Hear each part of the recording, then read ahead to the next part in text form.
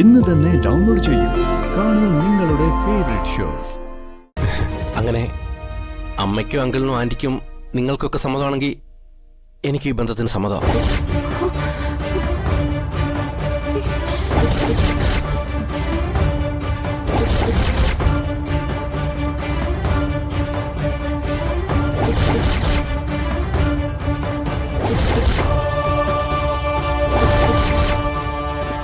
എനിക്ക് ചില കാര്യങ്ങൾ സംസാരിക്കാനുണ്ട്.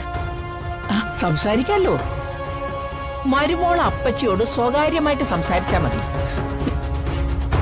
വാ വാ.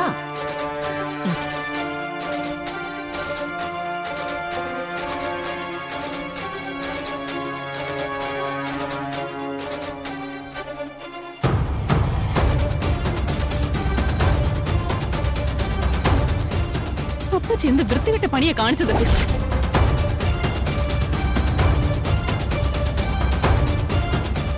മറ്റൊരാളുടെ ഭാര്യയായി എന്നെ പെണ്ണ് കാണാൻ എന്തിനാ ഇവരെയൊക്കെ വിളിച്ചു വരുത്തിയ?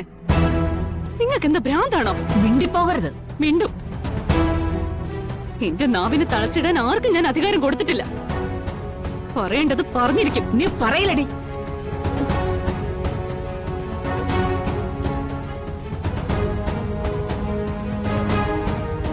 ഇത് നോക്ക്.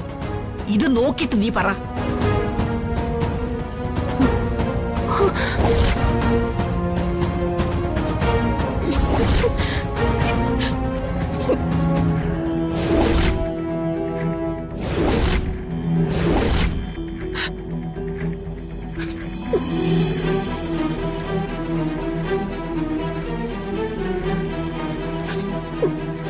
എന്നെ അറിയാലോ നിനക്ക്. ഞാനൊന്ന് മൂളിയ ഇവനെ ഇവരങ്ങ് തീർക്കും. അയ്യോ വേണ്ട അപ്പച്ചി. മനോജ് പാവ. മനോജിനൊന്നും ചെയ്യരുത്. ആ തെണ്ടി ഈ വീട്ടിലേക്ക് കടക്കുന്നത് തടയാൻ ഞാൻ ഗുണ്ടകളെ ഏർപ്പാടാക്കിയിട്ടുണ്ട്. ഇപ്പൊ നിന്റെ മനോജ് അവരുടെ കസ്റ്റഡിയിലാ. അപ്പച്ചി അപ്പച്ചി എന്തിനാ എന്റെ മനോജിനെ ഉപദ്രവിക്കുന്നത്? നിന്റെ ഭർത്താവാണെന്ന് പറയുന്നവൻ ആദ്യം നിന്റെ ജീവിതം തകർത്തു. അവന്റെ സഹോദരിയായ ആ അഴിഞ്ഞാട്ടക്കാരി വന്ദനയില്ലേ, അവൾ ജഗന്റെ ജീവിതവും തകർത്തു. അങ്ങനെ ഒരു കുടുംബത്തില് രണ്ടുപേരൊരുമിച്ച് എന്റെ അനുജന്റെ കുടുംബം തകർക്കണ്ട. അത് ഞാൻ സമ്മതിക്കില്ല.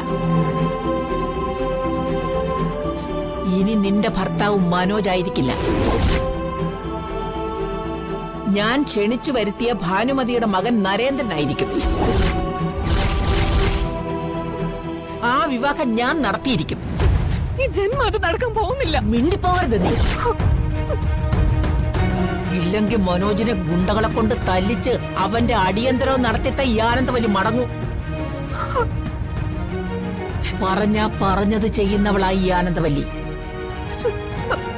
അതുകൊണ്ട് അപ്പച്ചി പറയുന്ന അതേപടി അനുസരിച്ച് നല്ല കുട്ടിയായിട്ട് നിൽക്കേ. അതാ എന്തുകൊണ്ട് നല്ലത്.